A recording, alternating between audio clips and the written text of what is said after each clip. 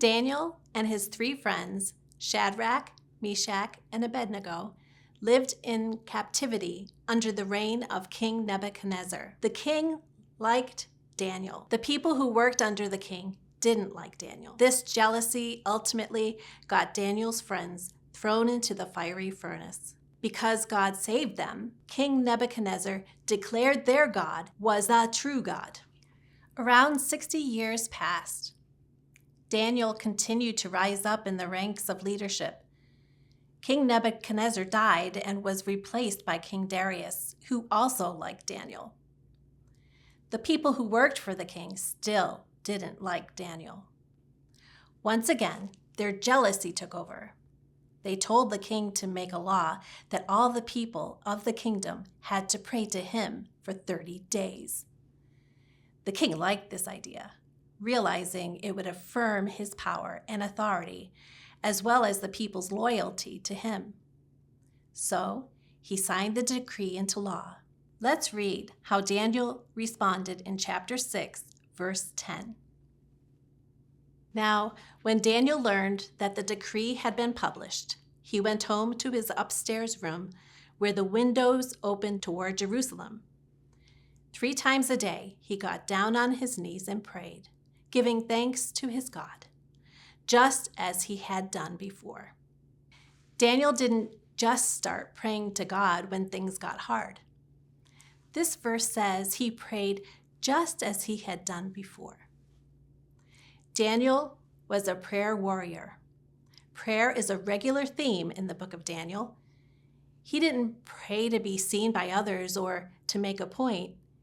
He prayed the way he had always prayed, according to Jewish tradition, facing Jerusalem. And he didn't pray simply to defy the king. He prayed to obey and worship the one true God. Being a prayer warrior isn't something confined to Bible times. Prayer is a form of spiritual warfare we still engage in today. A great example from the Salvation Army is Commissioner Flora Larson. An officer's kid, Flora Benwell was born in 1904 to an English father and a Swedish mother who pioneered the Salvation Army's work in Argentina, where she grew up.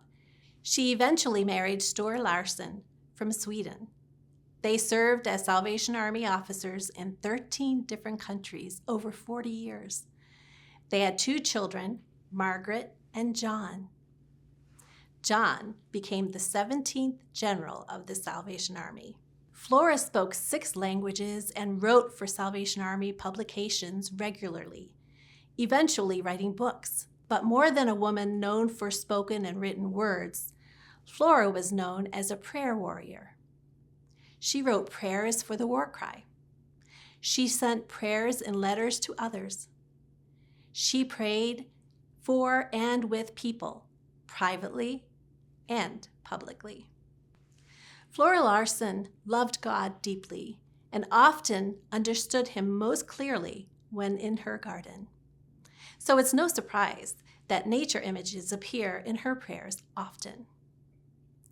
She continued her strong prayer life through 26 years of retirement.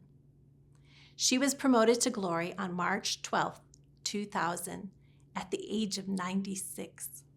Daniel grew up in captivity. Flora grew up on the mission field. Daniel worked for the Lord under kings who didn't believe in God. Flora worked for the Lord through the Salvation Army.